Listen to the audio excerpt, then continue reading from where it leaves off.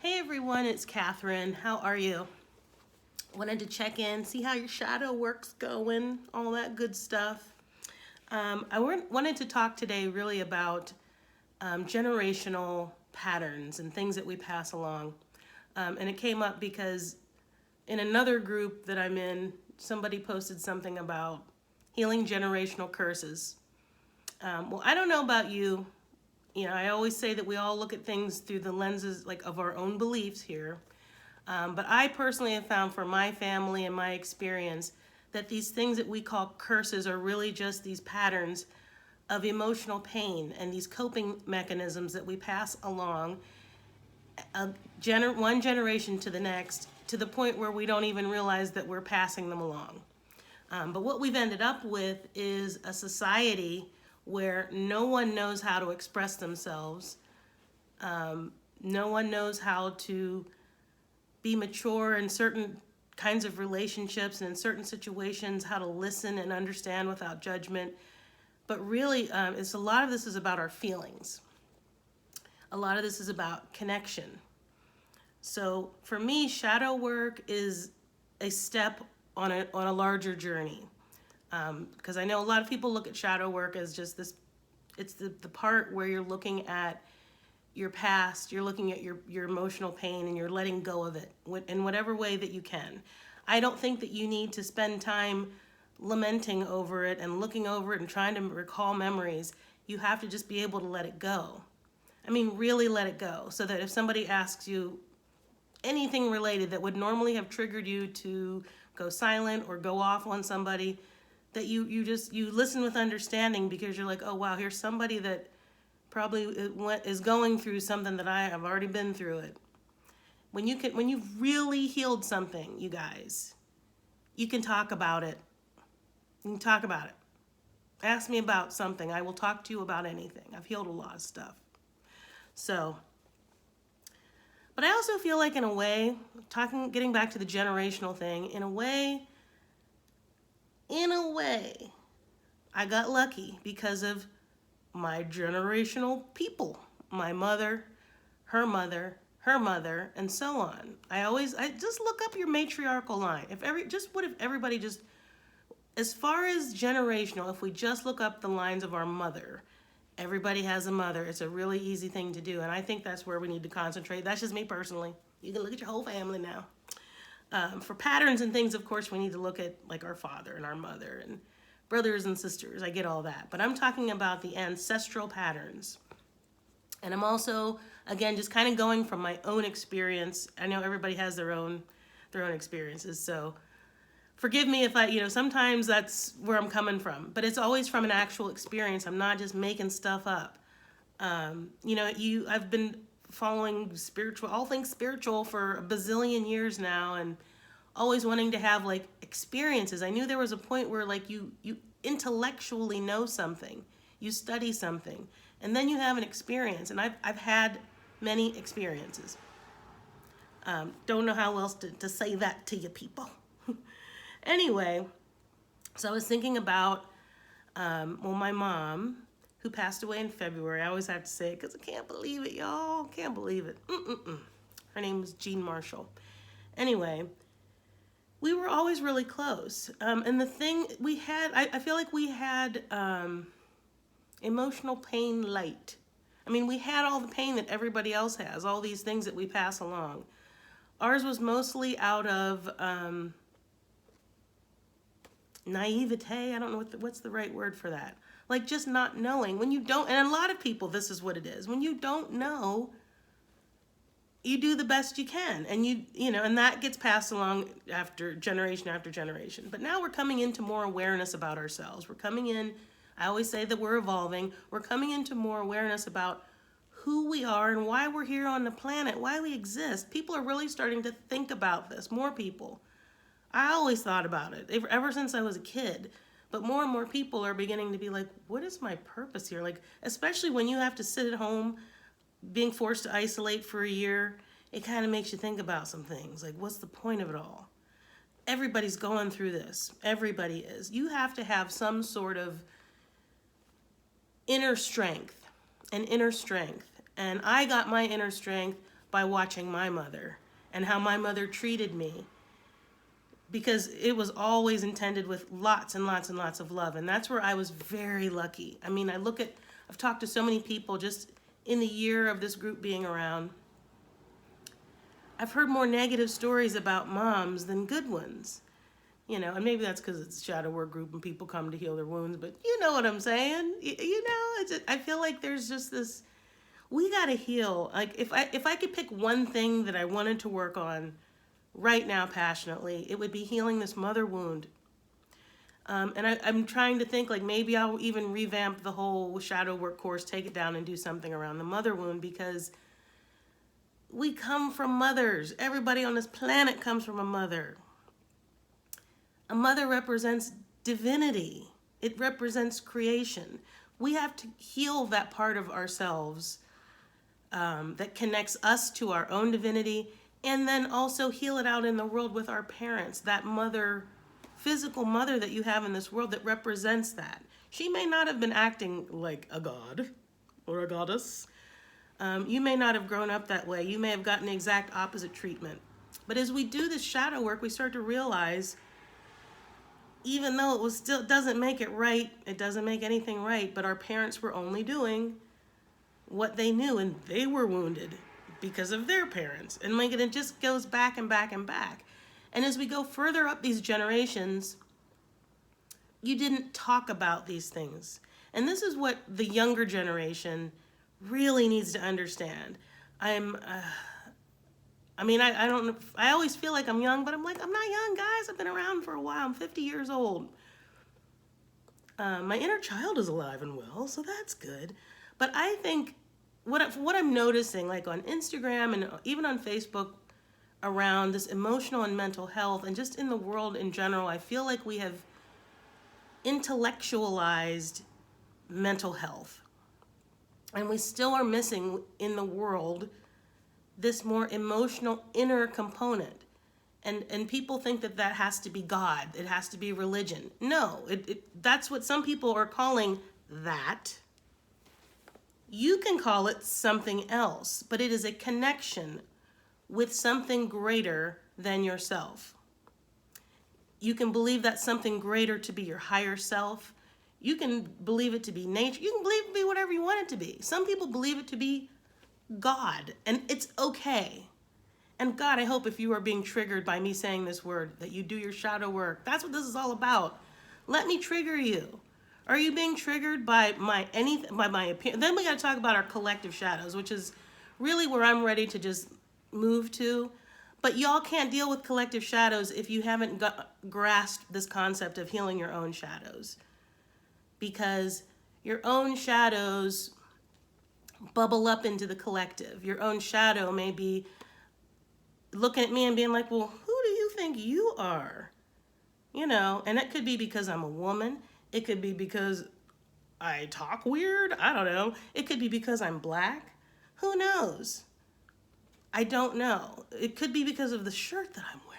I don't know. We make judgments about people. And that's one of the first things when I started doing this work, I was like, I know.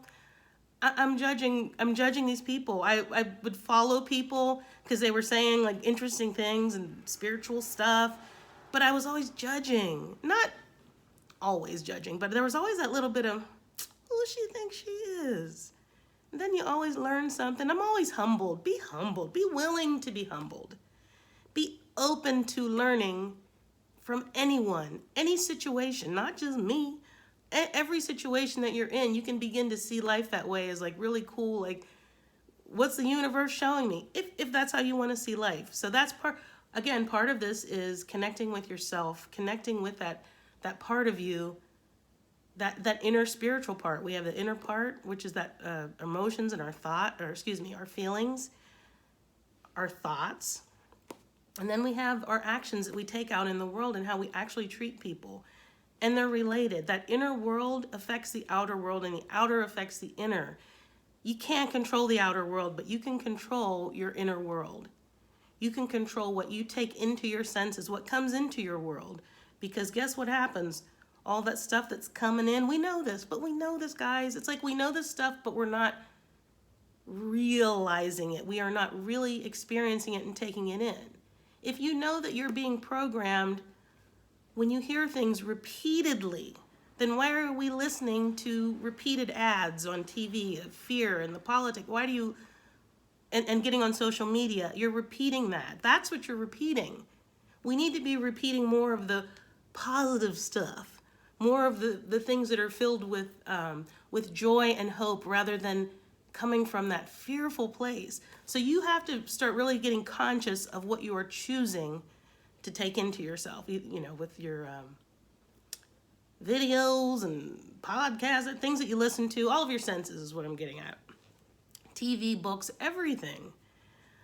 And I recommend when you're starting shadow work, when you're starting, which to me is a spiritual practice because it is taking you within, I recommend that you take some time by yourself. This is about yourself. It's about going within, taking time for yourself each day, quiet time. There has to be some time. Wake up 10 minutes earlier and sit there for 10 minutes just thinking about your day and like how you want your day to go. Set your day. Get in control of yourself. And you can get in control of yourself the more you really understand yourself. The shadow work helps you become that observer. But back to the ancestral, back to this mother thing. You know, I came from a very, very, very loving family. Very loving, still passing on the wounds. But the loving part is what got us through everything. And my mom and I were like this. Like, I swear, she was like my twin. I feel like she was my twin. We would just talk and hang out and like barely have to say anything because we would just get stuff. We had inside jokes. Like that kind of connection with somebody is so special, especially when it's your mother. Guys, you have to be able to experience it. It's beautiful. And I know many of you have, but I know so many of you have not. And so if I can get that feeling to you, I'll try to send it to you through the videos. But my mom and I were so much alike. And as I do this shadow work, and of course, as I get older, you really do gain some wisdom when getting older. I'm like, okay, fine. I'll admit to getting older.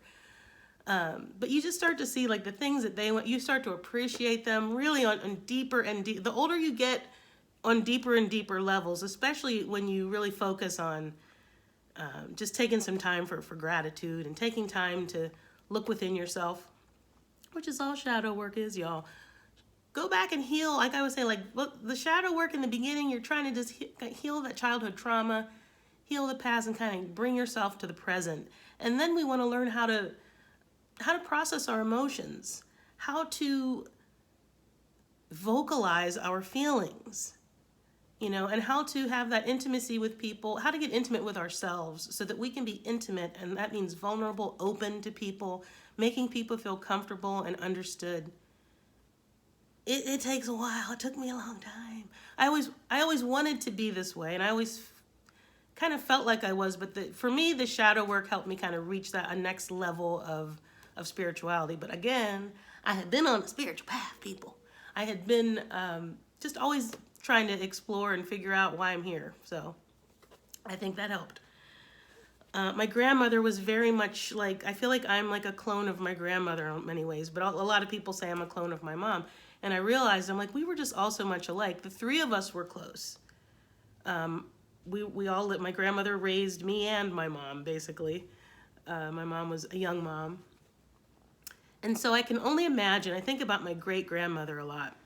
I want you guys to start thinking about this matriarchal line, just to start somewhere. You can go up your father's, the patriarchal line too, but start with your matriarchal line.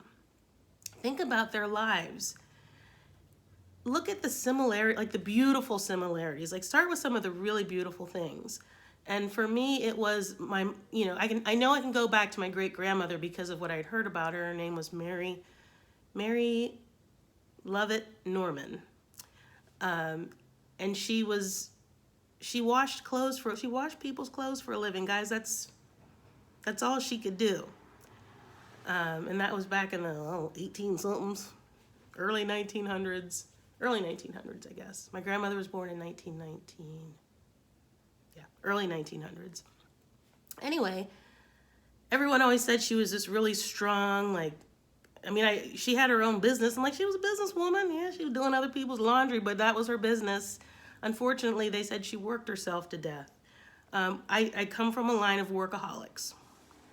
I was a workaholic. I still am a workaholic when it's things I don't mind being a workaholic when it's things I'm passionate about. But I was a workaholic like in corporate America. It's not. But anyway, so we passed along, like work ethic and definitely that love, just that mother-daughter, unconditional. You just see your child as this little cherub always. They're just perfect little divine beings. That's how I see my daughter. I know she's not. I mean, I'm like, she's a human being on the earth. I get it. She does stuff. She looks at her phone too much and blah, blah, blah. She talks back, but she's the most amazing person, the most amazing soul. And I've learned so much. You can learn so much from your kids, guys. That's another really cool part of shadow work is learning from your kids. But I try to look at those patterns in the family. So my great-grandmother Mary, had wanted my grandmother to go west, like be adventurous. Like from back then, there was this adventurous spirit in the women in my family. I mean, and anybody that knows me knows that I'm the one with the adventurous spirit. I love to travel. I'm the one that moved around and did all kinds of stuff. I am also Sagittarius. We're known for adventure. Anyway, it's just so cool to see, just to realize that like they were like me. My mom and I, our personalities are so much alike, and my grandmother. I can only imagine that my great-grandmother would have been just like all three of us. I mean, and how cool is that? But then I started to think about, I'm like, oh, but they were what's the word? Like forward-thinking women. They were born into a time where you can't have like these thoughts of like being enlightened and healing yourself and, higher powers. I don't know. Because we came up through the church. Yes, it was a kind of like this traditional African-American AME Zion kind of thing. But my mom and my grandmother, and I'm sure my great-grandmother, always believed in like, that we were kind of twisting things. They just went for they're like, what's the message here? What is the point of this whole Bible? Or, I mean, like, what's the point of it? Aren't we supposed to be better people? And that's what I always loved about my family. They're like, okay, like, we'll go to church. We can read the passages. Some of them make us feel good. But it's just about, like, being a good person. Be kind. Treat people well. And that's, again, it was how I was raised. Now, and we can look at the shadows behind some of that with the people pleasing and slavery. I mean, you could take it all the way back there. And I did that. I spent a lot of time looking at these patterns. One of the big ones was just the patterns of, like we talk about, patterns of abuse and abandonment. So my great-grandmother married, it sounded like he was like the love of her life. We never know. But it sounded like it was the love of her life, and he died very young. He had an accident. So she was left with, I'm going to say the wrong number, 5 or 6. I'm sorry, guys. I'm sorry, family.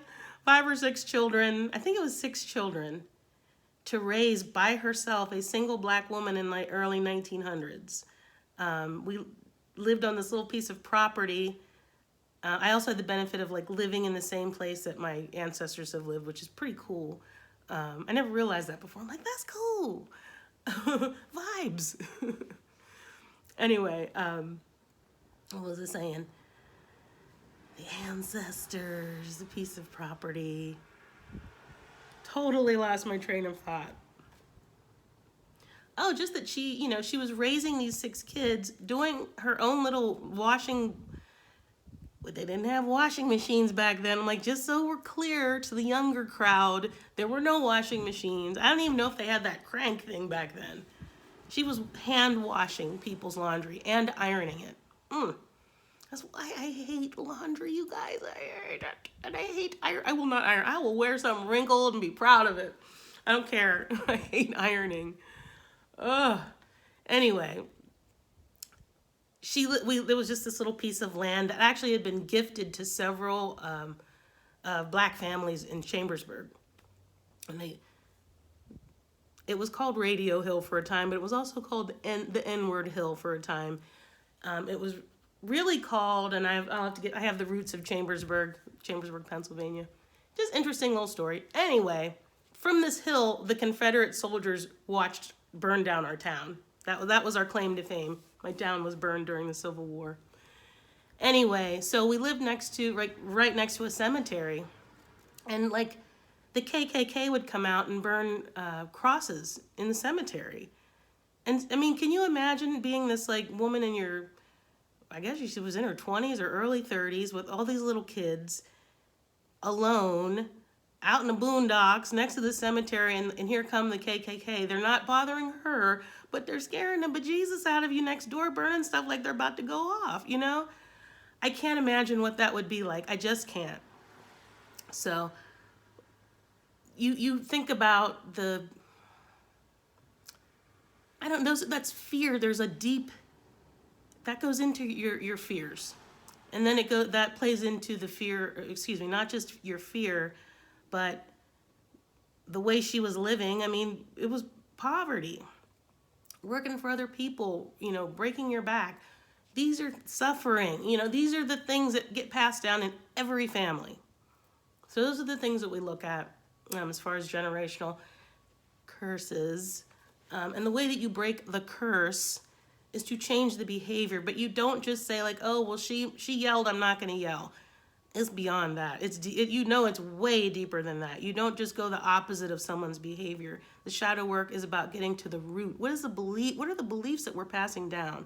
Most of the time, guys, for everybody, it's those beliefs that we are not worthy and not deserving. And a lot of that comes from, sadly, religion. And so for me, I had to go beyond religion a long time ago. I like going to churches to like talk to people and like hang out and see like what's going on. But I don't go to church. There's nothing wrong with going to church. People go to church to connect and to have community. And so that's the other side, like when we judge the people that go to church. Stop judging people, y'all. Shoot, that's what just gets on. I'm like, just stop. I've been on I've judged so much, and I've also been judged. I'm like, it's just not worth it. It's not.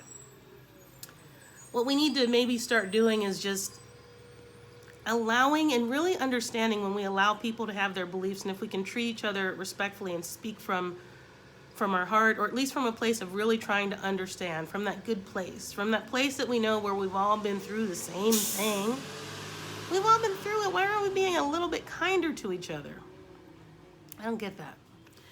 Anywho, let me see what I wrote here just to make sure that this journey really is about connection, and it is about love, and it is about healing these connection wounds, not just within ourselves, but within our families, because these wounds, the outer wound points to an inner wound, inner to outer. I mean, there's a relationship, guys. And I would love to have more conversation around this, because I do know people that are, estranged, like the family members that are estranged. And like I've mentioned before, I have some estranged family members, and everybody has like everybody's got something. But I mean, I'm okay in my heart. I can talk about it without bitterness. You know what I mean? Really without bitterness. Just from a place of understanding and just a higher place. You can get there. It takes effort. It takes intentional effort. It takes really wanting to let go of something. But a lot of times in the beginning of this work, we're still kind of resentful and bitter. So we got to work on letting that part go. Getting to, why are you trying to make somebody feel as bad as you felt? That's usually what it is. But then you got to bring in the compassion where you're like, okay, but they were completely acting through their wounds. They're completely asleep, if you want to say that they're asleep, and not even aware of like shadow work. And so that's what makes it hard when you're trying to heal this stuff, dealing with people who are not even thinking about it. And that's why I think having a supportive group is very important, or at least somebody that you can talk to about your journey. That's important, guys. If you don't, I'm here. You can talk to me. All right. What else do we have? Generational, what else?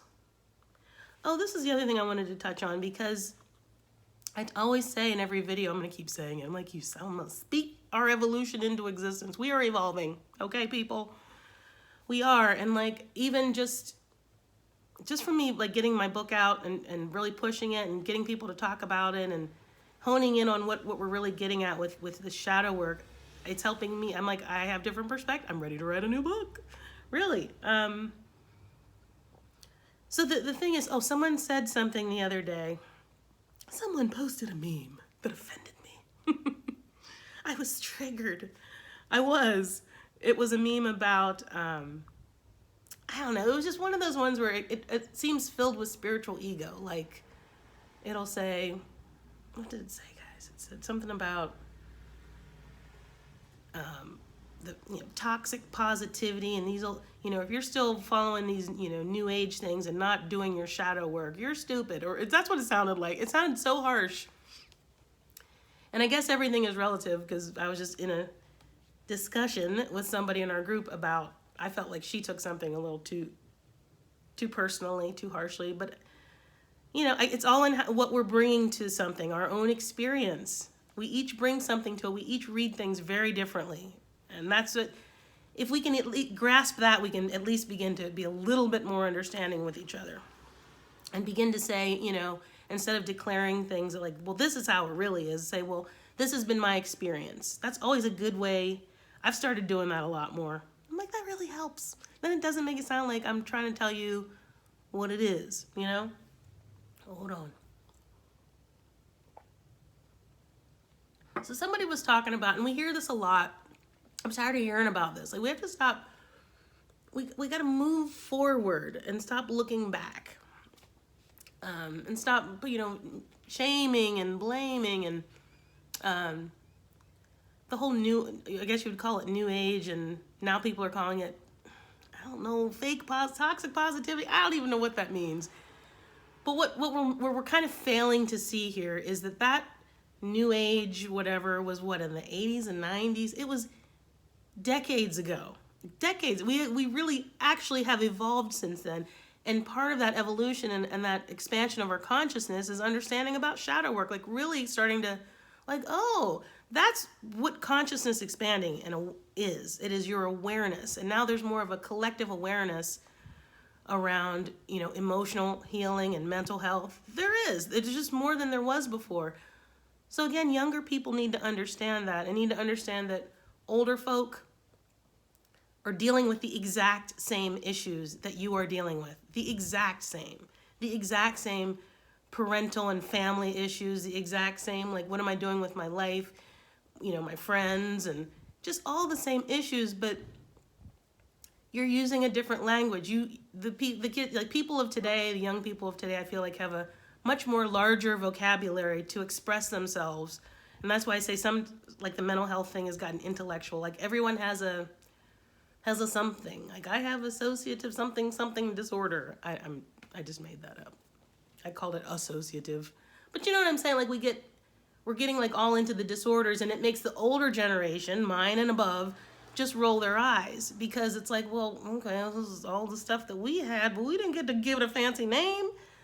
So both sides need to recognize that they're dealing with the same thing, and stop judging each other about either side of it. Because don't we wish when we were younger that we had some of the support that the kids have today, and some of the, especially around gay rights and things, and racial, come on. That's where we have to recognize we have made a lot of progress, people. And I think, again, older generation feels like, well, you're forcing it. You're forcing, like, gay people onto TV shows and interracial couples. Sometimes it feels forced to people. If it feels forced to you, there's probably some shadow work. You got to do some shadow work. It actually may be forced, but how do we make change? How do we get things to change without someone taking a step forward? Anyway, that's just, I'm going off on that one. But just to say that we really are evolving, and it would be nice if we could start acknowledging that, how far we have come in so many ways. And now we are coming online with our spiritual side. We are people. But if you're not connected to anything, if you grew up in that family without that love, it's going to be a little harder. It's going to be a little harder. You got to surround yourself with the right people and the right vibration. People that make you feel good, people that lift you up. You have to. And when you start doing that and you start focusing on that, that alone will change you. That it really will. It just takes small steps like that. Honestly, you don't have to go digging into your past traumas. Take some small steps. Excuse me. Well, I'm going to end it there. I'm changing my shadow work class. I had some thoughts on that and epiphanies or whatever you want to call it. Guidance. I'm going to make it more of a self-guided thing for now because there's some other things that I want to get moving on. So it's still going to be there. I'll tell you more about it. I'm coughing. Thank you for watching these videos. Please reach out if you have any questions. And I think I covered everything. I did. Have a great rest of your week, everybody. Bye-bye.